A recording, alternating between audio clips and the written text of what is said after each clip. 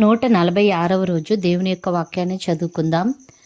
యోబు గ్రంథము 28వ అధ్యాయము. వెండికి గని కలదు, పుటము వేయు సువర్ణమునకు స్థలము గలదు. ఇనుమును మంటిలో నుండి తీయుదురు, రాళ్ళు కరిగించి రాగి తీయుదురు. మనుషులు చీకటికి అంతము కలుగజేయుదురు. గాఢాంధకారములోను మరణాంధకారములోను ఉండు రత్నములను వెదుకుచు వారు భూమి అంతముల వరకు సంచరింతురు. జనులు తిరుగు స్థలములకు చాలా దిగోగా మనుషులు సొరంగము త్రవ్వుదురు. వారు పై సంచరించు వారి చేత మరువబడుదురు. అచ్చట వారు మానవులకు దూరంగా నుండి ఇటు అటు అల్లాడుచుందురు. భూమి నుండి ఆహారము పుట్టును, దాని లోపలి భాగము అగ్నిమయమైనట్లుండును. దాని రాళ్ళు నీలరత్నములకు స్థానము, దానిలో సువర్ణమయమైన రాళ్ళున్నవి. ఆ త్రోవ ఏ క్రూర పక్షికైనను తెలియదు. డేగ కన్నులు దాన్ని చూడలేదు. గర్వము గల క్రూర జంతువులు దాన్ని త్రొక్కలేదు. సింహము ఆ మార్గమున నడవలేదు. మనుష్యులు స్ఫటికము వంటి బండను పట్టుకొందురు. పర్వతములను వాటి కుదుళ్ల సహితముగా బోర్లద్రోయుదురు. బండలలో వారు బాటలు కొట్టుదురు. వారి కన్ను అమూల్యమైన ప్రతి వస్తువును చూచును. నీళ్లు ఓడిగిలిపోకుండా వారు జలధారలకు గట్టుకట్టుదురు. మరుగైయున్న వస్తువును వారు వెలుగులోనికి తెప్పించుదురు. అయితే జ్ఞానము ఎక్కడ దొరుకును? వివేచన దొరుకు స్థలము ఎక్కడనున్నది? నరులు దాని విలువను ఎరుగరు. ప్రాణులున్న దేశంలో అది దొరకదు. అగాధము అది నాలో లేదనును, సముద్రము నా యొద్ద లేదనును. సువర్ణము దానికి సాటి అయినది కాదు. దాని విలువ కొరకై వెండి తూచరాదు. అది ఓఫీరు బంగారమునకైనను, విలువగల గోమేధికముకనైనను, నీలమునకైనను కొనబడునది కాదు. సువర్ణమైనను స్ఫటికమైనను దానితో సాటి కావు. ప్రశస్తమైన బంగారు నగలకు ప్రతిగా అది ఇయ్యబడదు. పగడముల పేరు ముత్యముల పేరు దాని ఎదుట ఎత్తనే కూడదు. జ్ఞాన సంపాద్యము కెంపుల కన్నా కోరతగినది. కూషు దేశపు పుష్యరాగము దానితో సాటి కాదు.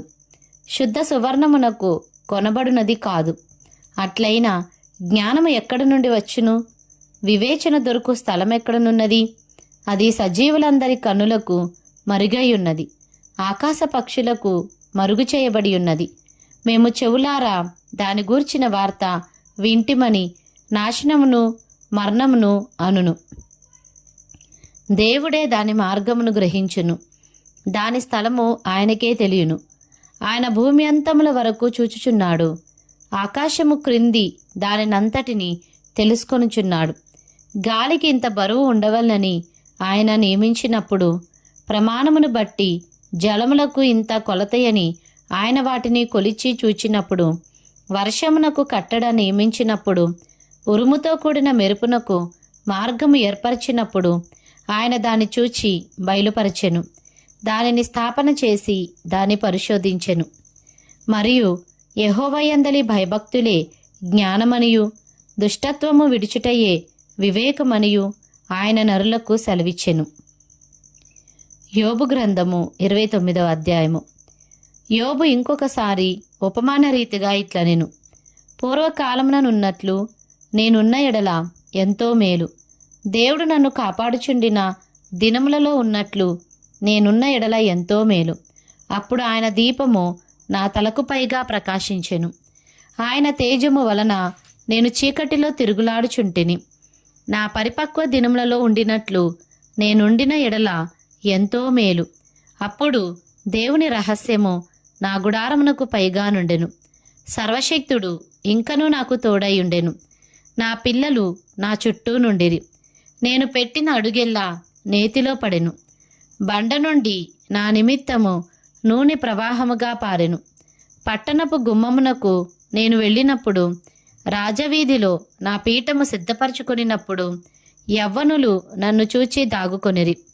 ముసలివారు లేచి నిలోబడిరి. అధికారులు మాటలాడుట మాని నోటి మీద చెయ్యి వేసుకొనిరి.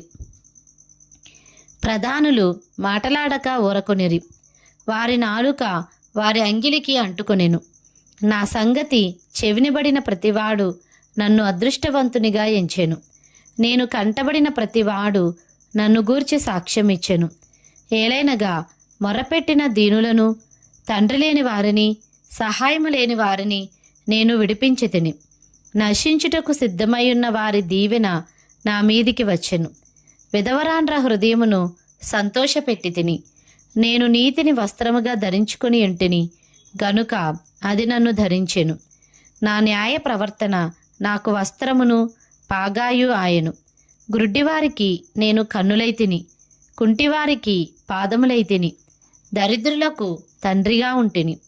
ఎరుగని వారి వ్యాజ్యమును నేను శ్రద్ధగా విచారించి తిని. దుర్మార్గుల దవడపళ్లను ఓడగొట్టి తిని. వారి పళ్లలో నుండి దోపుడు సొమ్మును లాగివేసి తిని. అప్పుడు నేను ఇట్లా అనుకొంటిని, నా గూటి యొద్దనే నేను చచ్చెదను. హంసవలే నేను దీర్ఘాయు గలవాడనవుదును. నా వేళ్ల చుట్టూ నీళ్లు వ్యాపించును. మంచు నా కొమ్మల మీద నిలుచును. నాకు ఎడతెగని ఘనత కలుగును.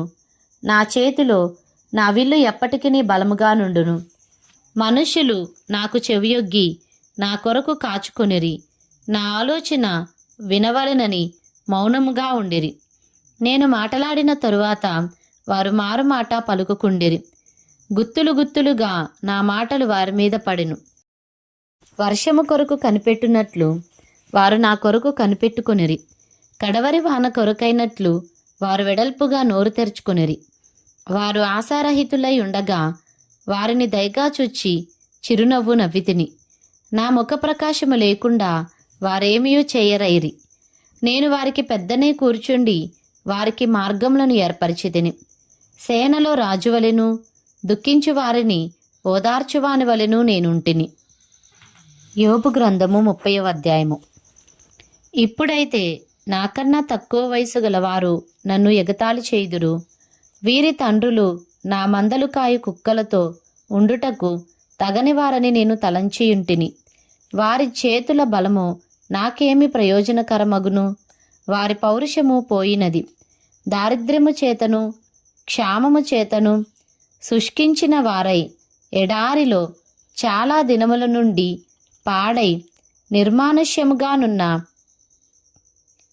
ఎడారిలో ఆహారము కొరకు వారు తిరుగులాడుదురు. వారు తుప్పలలోని తుత్తి చెట్లను పెరుకుదురు. తంగేడు వేళ్ళు వారికి ఆహారమై ఉన్నవి. వారు నరుల మధ్య నుండి తరిమివేయబడిన వారు దొంగను తరుముచు కేకలు వేయునట్లు మనుషులు వారిని తరుముచు కేకలు వేయుదురు. భయంకరమైన లోయలలోనూ నేల సందులలోనూ బండల సందులలోనూ వారు కాపురముండవలసి వచ్చెను. తుప్పలలో వారు ఓండ్రపెట్టుదురు. ముళ్ళ చెట్ల క్రింద వారు కూడియుందురు. వారు మోటు వారికిని పేరు ప్రతిష్టతలు లేని వారికిని పుట్టినవారు. వారు దేశంలో నుండి తరుమబడిన వారు. అట్టివారు ఇప్పుడు నన్ను గూర్చి పదములు పాడుదురు. నేను వారికి సామెతకు ఆస్పదముగానున్నాను. వారు నన్ను అసహించుకొందురు. నా యొద్ద నుండి దూరముగా పోవుదురు. నన్ను చూచినప్పుడు ఉమ్మివేయక మానరు. ఆయన నా త్రాడు విప్పి నన్ను బాధించెను. కావున వారు నాకు లోబడక కళ్ళెము వదిలించుకొందురు. నా కుడి ప్రక్కను అల్లరిమూక లేచును. వారు నా కాళ్లను తొట్రిల్ల చేయుదురు. పట్టణమునకు ముట్టడి దిబ్బ వేసినట్లు తమ నాశన ప్రయత్నములను నా మీద సాగింతురు. వారు నిరాధారులైనను నా మార్గమును పాడు చేయుదురు. నా మీదికి వచ్చిన ఆపదను మరి అధికము కలుగజేయుదురు. గొప్ప గండిగుండా జలప్రవాహము వచ్చినట్లు వారు వచ్చెదరు. ఆ వినాశములో వారు కొట్టుకొని పోదురు. భీకరమైనవి నా మీద పడెను. గాలి కొట్టివేయునట్లు వారు నా ప్రభావమును కొట్టివేయుదురు. మేఘము వలె నా క్షేమము గతించిపోయెను. నా ఆత్మ నాలో కరిగిపోయి ఉన్నది. ఆపద్దినములు నన్ను పట్టుకొని ఉన్నవి. రాత్రివేళను నా ఎముకలు నాలో విరగ్గొట్టబడినట్లున్నవి. నన్ను బాధించు నొప్పులు నిద్రపోవు. మహారోగ బలము చేత నా వస్త్రము నిరూపమగును. మెడ చుట్టూ నుండి నా చొక్కాయి వలె అది నన్ను ఇరికించుచున్నది. ఆయన నన్ను బురదలోనికి త్రోసెను. నేను ధూళియు బూడిదయునైనట్లున్నాను. నీకు మొరపెట్టుచున్నాను, అయితే నీవు ప్రత్యుత్తరమేమియో నీయకయున్నావు. నేను నిలుచుండగా నీవు నన్ను తేరి చూచుచున్నావు. నీవు మారిపోయి నా ఎడల కఠినుడవైతివి. నీ బాహుబలము చేత నన్ను హింసించుచున్నావు. గాలి చేత నన్ను లేవనెత్తి దానిమీద నన్ను కొట్టుకొని పోజేయుచున్నావు. తుఫాను చేత నన్ను హరించి వేయుచున్నావు. మరణమునకు సర్వజీవులకు నియమింపబడిన సంకేత సమాజ మందిరమునకు నీవు నన్ను రప్పించదవని నాకు తెలియను. ఒకడు పడిపోవు నెడల వాడు చెయ్యి చాపడా? ఆపదలోనున్నవాడు తప్పింపవలనని మొరపెట్టడా? బాధలోనున్న వారి నిమిత్తము నేను ఏడవలేదా? దరిద్రుల నిమిత్తము నేను దుఃఖింపలేదా? నాకు మేలు కలుగునని నేను ఆశించుకొనగా నాకు కీడు సంభవించెను. వెలుగు నిమిత్తము నేను కనిపెట్టగా చీకటి కలిగెను. నా పేగులు మానక మండుచున్నవి. అపాయ దినములు నన్ను ఎదుర్కొనెను. సూర్యుని ప్రకాశము లేక వ్యాకుల పడుచు నేను సంచరించుచున్నాను. సమాజంలో నిలబడి మొరపెట్టుచున్నాను. నేను నక్కలకు సోదరుడునైతిని, నిప్పుకోళ్ల జతకాడనైతిని. నా చర్మము నల్లబడి నా మీద నుండి ఊడిపోవుచున్నది. కాక వలన నా ఎముకలు కాగిపోయెను. నా స్వరమండలము దుఃఖస్వరమునిచ్చుచున్నది. నా పిల్లను గ్రోవి రోదన శబ్దము ఎత్తుచున్నది. యోబు గ్రంథం 31వ అధ్యాయము. నేను నా కన్నులతో నిబంధన చేసుకొంటిని. కన్యకను నేనెలాగు చూచుదును? అలాగు చేసిన ఎడల పరముననున్న దేవుని ఆజ్ఞ ఏమగును? ఉన్నత స్థలముననున్న సర్వశక్తిని స్వాస్థ్యమేమగును? దుర్మార్గులకు విపత్తు సంభవించుటే గదా. పాపము చేయువారికి దురవస్థ ప్రాప్తించుటయే గదా. ఆయన నా ప్రవర్తన నెరుగును కదా. నా అడుగు జాడలనన్నిటినీ లెక్కించును గదా. అబద్ధీకుడునై నేను తిరుగులాడిన ఎడల, మోసము చేయుటకై నా కాలు త్వరపడిన ఎడల, నేను యథార్థుడునై ఉన్నానని దేవుడు తెలుసుకొనున్నట్లు న్యాయమైన త్రాసులో ఆయన నన్ను తూచునుగాక. నేను త్రోవ విడిచి నడిచిన ఎడల, నా మనస్సు నా కన్నులను అనుసరించి సంచరించిన ఎడల, మాలిన్యమేమైనను నా చేతులకు తగిలిన ఎడల, నేను విత్తిన దానిని వేరొకడు భుజించునుగాక. నేను నాటినది పెరికివేయబడునుగాక. నేను హృదయమున పరస్త్రీని మోహించిన ఎడల, నా పొరుగువాని ద్వారమున నేను పొంచియున్న ఎడల, నా భార్య వేరొకని తిరుగలి విసరునుగాక. ఇతరులు ఆమెను కూడుదురుగాక. అది దుష్కామ కార్యము. అది న్యాయాధిపతుల చేత శిక్ష నొందతగిన నేరము. అది నాశన కూపము వరకు దహించు అగ్నిహోత్రము. అది నా ఆదాయమంతయు నిర్మూలము చేయును. నా పనివాడైనను పనికత్తి అయినను నాతో వ్యాజ్యమాడగా, నేను వారి వ్యాజ్యమును నిర్లక్ష్యము చేసిన ఎడల, దేవుడు లేచినప్పుడు నేనేమి చేయుదును? ఆయన విచారణ చేయనప్పుడు నేను ఆయనతో ఏమి ప్రత్యుత్తరమిత్తును? గర్భమున నన్ను పుట్టించిన వాడు వారిని కూడా పుట్టింపలేదా? గర్భములో మమ్ము రూపించిన వాడు ఒక్కడే గదా. బీదలు ఇచ్చేయించిన దానిని నేను బిగబట్టిన ఎడలను, విధవరాండ్ర కన్నులు క్షీణింపజేసిన ఎడలను, తల్లిదండ్రులు లేని వారిని నా అన్నములో కొంచెమైనను తిననీయక నేను ఒంటరిగా భోజనము చేసిన ఎడలను, ఎవడైనను వస్త్రహీనుడై చచ్చుట నేను చూడగను. బీదలకు వస్త్రము లేకపోవుట నేను చూడగను. వారి దేహములు నన్ను దీవింపకపోయిన ఎడలను, వారు నా గొర్రెల బొచ్చు చేత వేడిమి పొందకపోయిన ఎడలను, గుమ్మములో సహాయము దొరుకుననుకొనిన తండ్రి లేని వారిని నేను అన్యాయము చేసిన ఎడలను, నా భుజశల్యము దాని గూటి నుండి పడునుగాక. నా బాహువు ఎముకలోనికి విరుగునుగాక. నేను అలాగు చేయలేదు. నా బాల్యము మొదలుకొని దిక్కులేని వాడు తండ్రి భావముతో నన్ను భావించి నా యొద్ద పెరిగెను.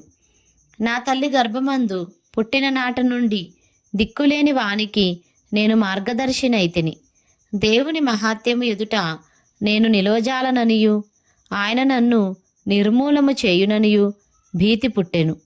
సువర్ణము నాకు ఆధారం అనుకొనిన ఎడలను, నా ఆశ్రయము నీవేయని మేలిమి బంగారముతో నేను చెప్పిన ఎడలను, నా ఆస్తి గొప్పదని గాని నా చేతికి విస్తారము సొత్తు దొరికినని గాని నేను సంతోషించిన ఎడలను, సూర్యుడు ప్రకాశించినప్పుడు నేను అతనినే గాని, చంద్రుడు మిక్కిలి కాంతి కలిగి నడుచుచుండగా అతనినే గాని చూచి నా హృదయము రహస్యముగా ప్రేరేపింపబడి వారి తట్టు చూచి నా నోరు ముద్దు పెట్టిన ఎడలను, పరముననున్న దేవుని దృష్టికి నేను వేషధారినవుదును.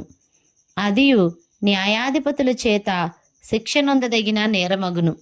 నన్ను ద్వేషించిన వానికి కలిగిన నాశనమును బట్టి నేను సంతోషించిన ఎడలను, అతనికి కీడు కలుగుట చూచి నేను ఉల్లసించిన ఎడలను నేను అలాగు చేయలేదు. అతని ప్రాణమును నేను శపింపలేదు. పాపము చేయుటకు నా నోటికి నేను చోటియ్యనే లేదు.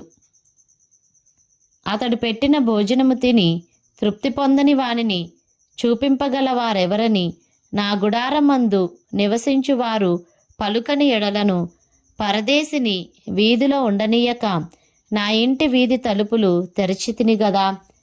ఆదాము చేసినట్లు నా దోషములను దాచిపెట్టుకొని మహాసమూహమునకు భయపడియు కుటుంబముల తిరస్కారమునకు జడిసియు నేను మౌనముగా నుండి ద్వారము దాటి బయలువెళ్ళక రొమ్ములో నా పాపమును కప్పుకొనిన ఎడల పరముననున్న దేవుని దృష్టికి నేను వేషధారినవుదును. నా మనవి వినుటకై నాకొక్కడు ఉండవల్లని నేనెంతో కోరుచున్నాను. ఇదిగో నా చేవ్రాలు గుర్తు, ఇదిగో నా ప్రతివాది వ్రాసిన ఫిర్యాదు. సర్వశక్తుడు నాకు ఉత్తరమిచ్చునుగాక. నిశ్చయముగా నేను నా భుజం మీద దానిని వేసుకొందును, నాకు కిరీటముగా దానిని ధరించుకొందును. నా అడుగుల లెక్క ఆయనకు తెలియజేసేదను. రాజువలే నేను ఆయన యొద్దకు వెళ్ళెదను.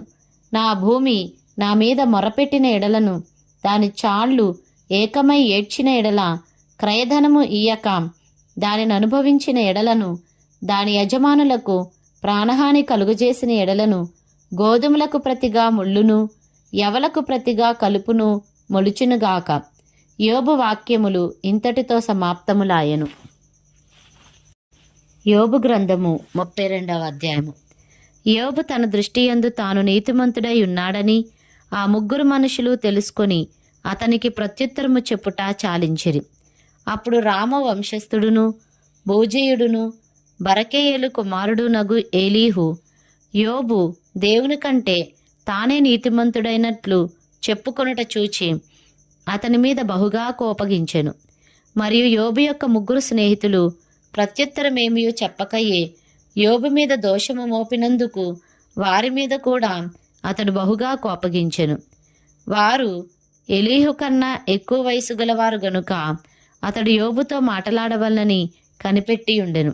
అయితే ఎలీహు ఆ ముగ్గురు మనుషులు ప్రత్యుత్తరమేమీ ఇయ్యకపోవుట చూచినప్పుడు అతని కోపము రేగెను. కావున బూజీయుడైన బరకెయేలు కుమారుడగు ఎలీహు ఇలాగు మాటలాడసాగెను. నేను పిన్న వయసు గలవాడను, మీరు బహువృద్ధులు. ఆ హేతువు చేతను నేను భయపడి నా తాత్పర్యము మీకు తెలుపుటకు తెగింపలేదు. వృద్ధాప్యము మాటలాడదగును, అధిక సంఖ్య గల ఏండ్లు జ్ఞానము బోధింపతగునని నేననుకొంటిని. అయినను నరులలో ఆత్మ ఒకటి ఉన్నది, సర్వశక్తుడగు దేవుని ఊపిరి వారికి వివేచన కలుగజేయును. వృద్ధులు మాత్రమే జ్ఞానవంతులు కారు, బహువయస్సు గలవారు ఒకప్పుడు న్యాయము తెలిసిన వారు కారు. కావున నేను నా మాటను అంగీకరించుడని మనవి చేసుకొనుచున్నాను. నేను సహితము నా తాత్పర్యము తెలుపుదును. ఏమి పలుకుదుమా అని మీరు యోచన చేయుచుండగా నేను మీ మాటల కొరకు కనిపెట్టుకొంటిని. మీ అభిప్రాయములు చెవిని వేసుకొనుటకై మీరు చెప్పిన వాటికి బహుజాగ్రత్తగా చెవి ఇచ్చితిని. అయితే మీలో ఎవరును యోబును ఖండింపలేదు, ఎవరును అతని మాటలకు ప్రత్యుత్తరమియ్యలేదు. కావున మాకు జ్ఞానము లభించినదనియు దేవుడే గాని నరులు అతని జయింపనేరరనియు మీరు పలుకకూడదు. అతడు నాతో వాదమాడలేదు. మీరు చెప్పిన మాటలను బట్టి నేనతనికి ప్రత్యుత్తరమియ్యను. వారు ఆశ్చర్యపడి ఇకను ఉత్తరమియ్యకయున్నారు. పలుకుటకు వారికి మాట ఒకటి లేదు. కాగా వారికనేమియో ప్రత్యుత్తరము చెప్పకయున్నారు. వారు మాటలాడకపోవుట చూచి నేను ఊరకుందునా? నేను ఇయ్యవలసిన ప్రత్యుత్తరము నేనిచ్చెదను. నేనును నా తాత్పర్యము తెలిపెదను. నా మనస్సు నిండా మాటలున్నవి. నా అంతరంగమునున్న ఆత్మ నన్ను బలవంతము చేయుచున్నది. నా మనస్సు తెరవబడిన ద్రాక్షరసపు తిత్తివలెనున్నది. క్రొత్త తిత్తుల వలె అది పగిలిపోవుటకు సిద్ధముగానున్నది. నేను మాటలాడి ఆయాసము తీర్చుకొనేదను. నా పెదవులు తెరిచి నేను ప్రత్యుత్తరం ఇచ్చేదను. మీరు దయచేసి వినుడి. నేను ఎవరి ఎడలను పక్షపాతినై ఉండను. నేను ఎవరికిని ముఖస్థుతికై బిరుదులు పెట్టను. ముఖస్థుతి చేయుట నా చేత కాదు. అట్లు చేసిన ఎడల నన్ను సృజించిన వాడు నన్ను శీఘ్రముగా నిర్మూలము చేయును.